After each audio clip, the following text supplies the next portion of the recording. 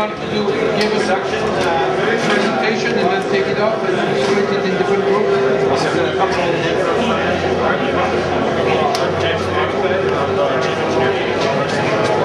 And this is our car right here. So I guess we'll start off with a quick 1-minute spiel about kind of design philosophy, ideas generally, and then we'll get you the good stuff. We actually talked to the designers rather than me just talking about nothing. So ideals were kind of simplicity, reliability, weight reduction, and design integration. Simplicity, we wanted to be simple to design and engineer, and also we wanted to be simple to operate. That's why we have a lot of things like the full electronics ECU, and both shocks are externally adjustable, pretty easy to tune. I'd say reliability and weight reduction go hand in hand. We worked quite a bit to try to reduce the weight of my car. We're now about 35 pounds from last year. Didn't meet our goal, it was 180 pounds, but there are a few reasons for that. One is we use a lot of high quality components, as I mentioned, as well as FDI. Another is we had a lot of impact generator this year, those changes, and also because what we thought we had in the past was bad. The last idea is kind of design integration. We worked quite a bit to work together on our designs, use full lap simulation, kind of an overarching vehicle design rather than a subsystem design. So that's something simulation now you're talking about. It was a steady state essential tire model simulation. It's by ARC. I would love to make my own, but I felt like the times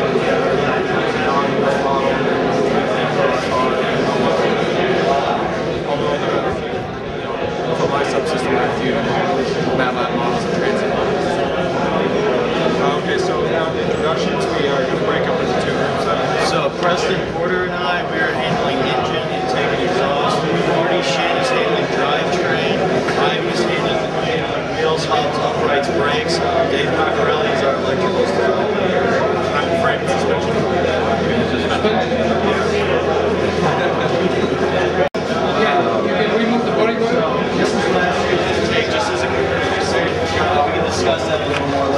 Basically, where we started was we used the lab simulation software. It was ARC Renard, the Session tire model. That was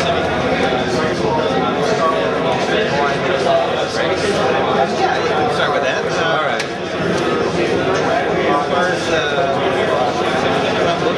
First, brake system last year to this year, kind of changes since you well, or not. Okay. Well, first of all, we used a floating rotor last year for the front, and we thought it worked really well because two issues were thermal expansion and also just manufacturing was tough to get pretty flat. So, like 2 years ago, we ran a fixed mount and we noticed that it was a lot of that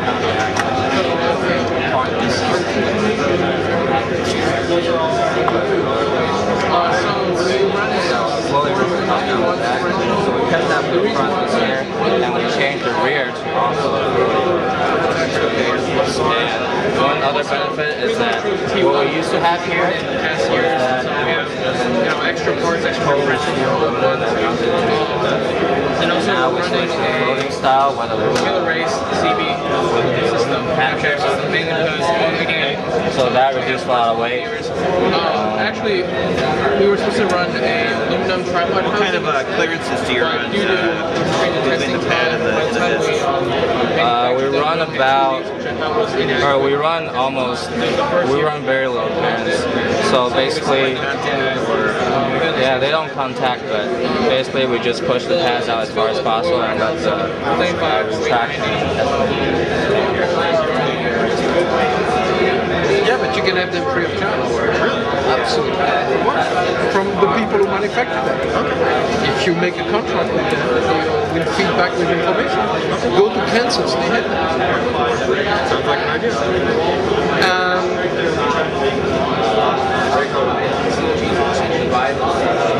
would you like me to continue? No. I have a question for you. Where is your pitch center? Our pitch center? We actually don't run any anti-dive. So where is it? It's effectively center to center gravity. So the number. So your pitch axis. Okay, let's start with the roll centers. What's the front and rear roll center altitude? Front center at ride height, and they're roughly the same, of course not the same, about 2.24 inches front, 0.29 inches rear. The reason we keep it pretty low is say it again. On the front, 0.24 inches and rear 0.29. Okay, so the rear is slightly higher than the front. Okay. All right. Where is your pitch axis? Pitch axis. So that will run through the pitch center, obviously. With anti-dive and anti-lift, you don't have, so you have effectively it's the line of which levels for that. So where's the pitch center? Pitch center is Wait a minute, buddy. So if you pitch center is at the center of gravity, then in that case there is no pitch moment. That is correct. You're right. So where is our pitch center?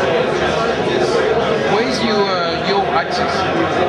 Yaw axis? That would be,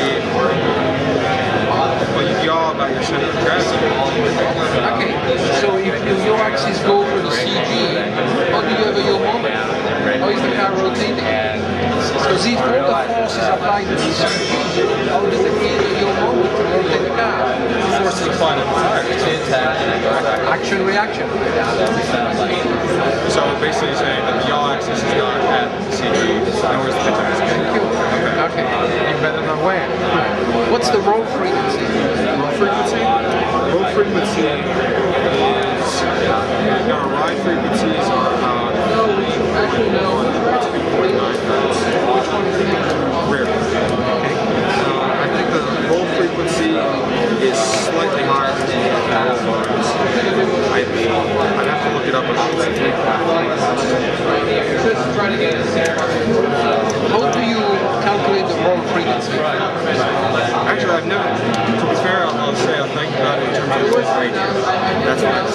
That's a roll stiffness, that's a roll frequency. Okay. Well, isn't stiffness and frequency inherently related by mass? F equal 1 divided by 2 pi square root of k divided by m. But that F equal 1 divided by 2 pi square root of a number of Newton meter per radian divided by your roll inertia. Okay. Well, I don't have a roll inertia. Okay. Here we go, and that's the inertia, not around the CG, that's the inertia around the roll axis. Which is a function of the square of the distance between the CG of the suspended mass and the roll axis. Alright. Hi, Mom. I don't see...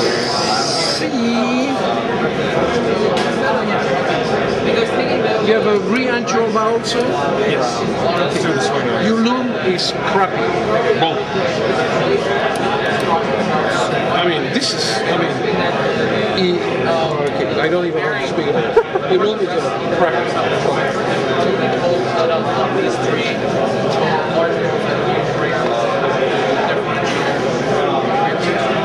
What's the actual stiffness distribution? The only thing that was to read you to 2.5%. And the weight distribution is what? About 53% rear. That was what is the suspended weight distribution? Suspended weight distribution? I don't know. And you have traction control on the car? Launch control, no problem. Okay, so launch control.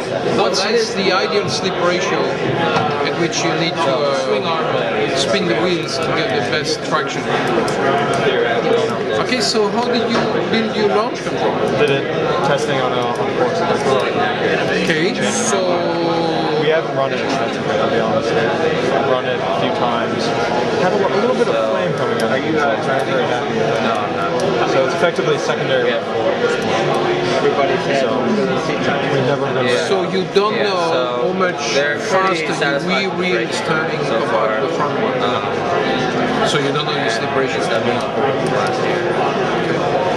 What's the ideal compound temperature of your tire? According